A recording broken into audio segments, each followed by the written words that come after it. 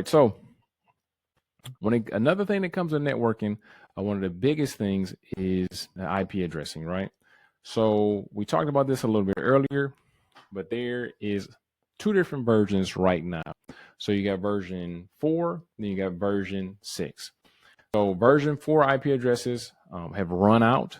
So most devices now are going to be running off of a version 6 address. And that's pretty much all you need to know for that. So like we told you earlier, like we talked about earlier, the difference between public and private IP addresses. So public IP addresses are unique, right? And they are routable across the internet, while private IP addresses are only used inside of local networks. So you can't give every device inside your local network the same IP address, because it's going to have an error and one of the devices isn't going to be able to actually work because it already knows, like, hey man, I already got this address. Just the same thing, 2 houses on your block or 2 houses in your neighborhood won't have the same address because mail and information would get messed up.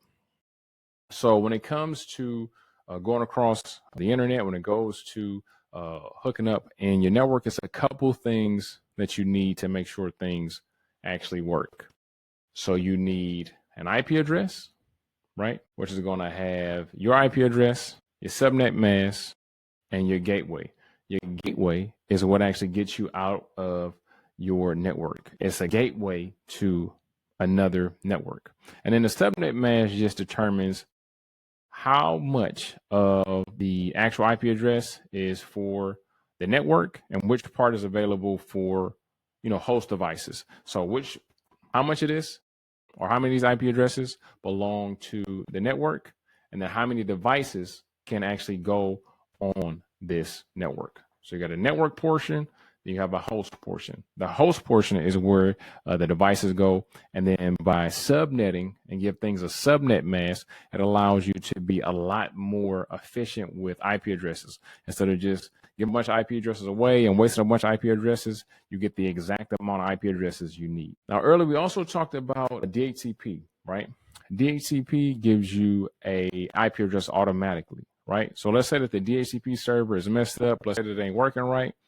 You'll get an APIPA address. APIPA is just automatic private IP addressing, which just means that, okay, for some reason we can connect to the DHCP server, so let's just give you an IP address but the only thing is you won't be able to connect to any of the resources inside of that network because it's not recognizing your device as part of the network because you didn't get a goddamn IP address, right?